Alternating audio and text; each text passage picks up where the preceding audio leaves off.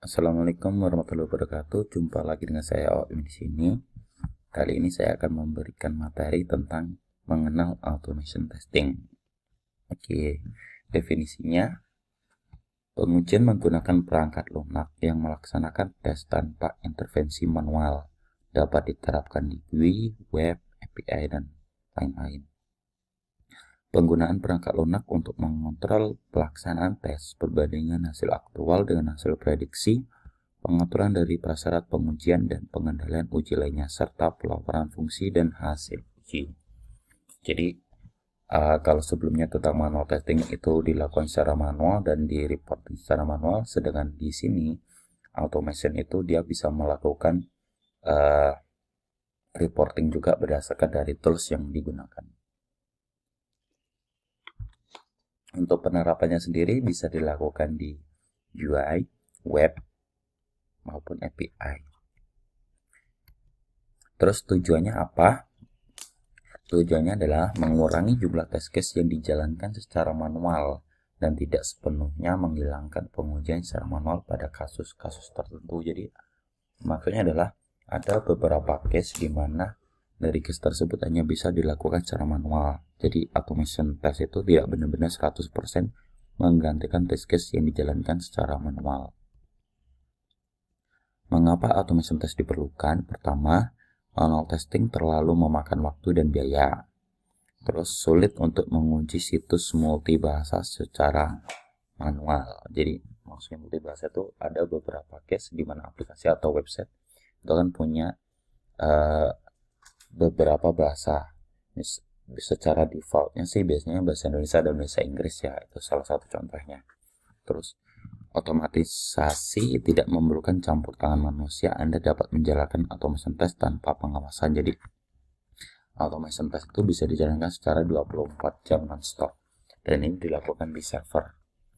Terus otomatisasi meningkatkan kecepatan pelaksanaan pengujian dan cakupan pengujian. Jadi misalkan tadi di video sebelumnya saya menjelaskan regression test itu membutuhkan waktu yang cukup lama, misalkan bisa 3 hari. Dengan adanya automation test mungkin dari 3 hari bisa jadi 2 hari atau mungkin 1 hari aja. Terus pengujian manual bisa menjadi membosankan dan karena hal tersebut bisa menyebabkan kesalahan. Nah, dengan adanya automation test ini kita bisa meminimalisirkan hal tersebut, permasalahan tersebut kayak gitu. Apa saja yang dapat di automation test? Pertama, test case yang diuji berulang kali. Jadi ada pengujian yang dilakukan berkali-kali, itu kita bisa automation. Terus test case yang terlalu kompleks dan sulit untuk dilakukan secara manual. Ada banyak ya, misalkan kayak API, mungkin kayak assertion dari response body-nya seperti apa, dan database, pengecekan database-nya seperti apa, atau mungkin yang lebih sulit lagi itu kayak performance test, karena performance sendiri nggak bisa dilakukan secara manual. Terus test case yang memakan waktu. Nah, ini yang membutuhkan waktu lama itu bisa kita persingkat dengan adanya automation test ini. Terus test case yang memiliki risiko tinggi. Untuk risiko tinggi ini untuk contohnya sendiri sih tergantung dari fiturnya. Ini sangat sulit untuk diberikan contohnya, nanti kalian akan menemukan sendiri ketika terjun di perusahaan. Terus apa saja yang tidak dapat di automation test? Yang pertama, test case yang baru saja dibuat, karena ini rentan adanya perubahan, jadi nggak bisa kita asal ngebuat automation test kalau test case-nya sendiri baru dirancang. Terus test case yang mana requirement-nya tidak stabil, berubah-ubah.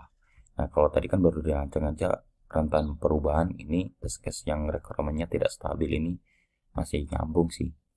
Itu tidak bisa diubah ya. Maksudnya tidak bisa di automation test. Terus test case yang hanya dapat dilakukan secara manual. Jadi ada beberapa case yang hanya dapat dilakukan secara manual. Untuk contohnya sendiri saya masih belum terfikirkan salah satu contohnya seperti apa, tapi di video sebelumnya saya sudah menjelaskan. Oke, automation process. Jadi ini ada automation process. Yang pertama, pemilihan test tools. Untuk test toolsnya sendiri ini harus disesuaikan dengan kemampuan kalian dalam mengcoding. Terus harus disesuaikan dengan kebutuhan perusahaan juga, dan juga kebutuhan dari aplikasinya. Kira-kira cocoknya di automation test dengan test tools yang mana. Terus menentukan ruang lingkup yang dapat diotomatisasi. Jadi nggak semua test case yang bisa dites, jadi kita harus memilihnya dulu di seleksi. Terus planning, design, and development. Ini saya sudah menjelaskan di materi sebelumnya. Selanjutnya ada test execution dan maintenance. Test execution ini berarti kita udah melakukan running automation, dan maintenance nanti kalau misalkan ada yang perlu diperbaiki, kita bisa melakukan maintenance di sini. Terus ada tool selection. Untuk menyeleksi tools ya harus mudah digunakan. Ini bahasa pemrograman yang digunakan seperti apa. Terus mendukung untuk berbagai tes, misalnya seperti unit test, functional test, end-to-end test, dan sebagainya. Terus mendukung untuk berbagai jenis framework test. Framework test ya contohnya kayak DDD, Object, seperti itu. Framework testing pertama ada data driven automation framework. Ini automation toolsnya yang bisa menginputkan data di dalamnya. Terus keyword driven automation framework, keyword ini lebih kepada kayak keyword yang disediakan toolsnya itu, kayak contohnya kalau di Catalan Studio kalau teman-teman pernah dengar itu kayak ada klik, terus ada di beberapa tools juga ada kayak type, terus chai.get, banyak banget. Terus modular automation framework ini lebih kepada automation framework yang menggunakan yang testing berdasarkan modul-modul tertentu. Terus hybrid automation framework, salah satu hybrid automation framework ini dia bisa melakukan berbagai jenis tes, kayak contohnya tools Catalan Studio dia bisa melakukan tes di GUI, di web, maupun di API. Terus kelebihan dan kekurangan automation testing. Kelebihannya pertama, dapat menemukan bug lebih banyak daripada manual testing. Terus kecepatan dan efisiensi. Tes yang dapat dilakukan berulang dengan coding dapat diupdate secara berkala. Kelemahannya tentu lebih mahal, tapi ada beberapa tools yang murah, cuman ya walaupun murah tetap aja kalau dijalankan di server ada biaya servernya. Kurangnya human element. Jadi yang namanya automation kan kita menentukan berdasarkan codingan kita, jadi kita nggak bisa secara behavioral untuk melakukan testing.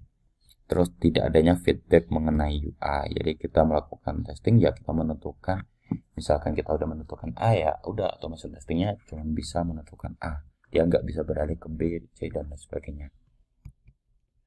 Oke, selanjutnya ada tugas. Silakan teman-teman survei beberapa tools automation, minimal 5 tools, dan sebutkan kelebihan dan kekurangan dari masing-masing tools tersebut. Terima kasih dan selamat bekerja. Wassalamualaikum warahmatullahi wabarakatuh.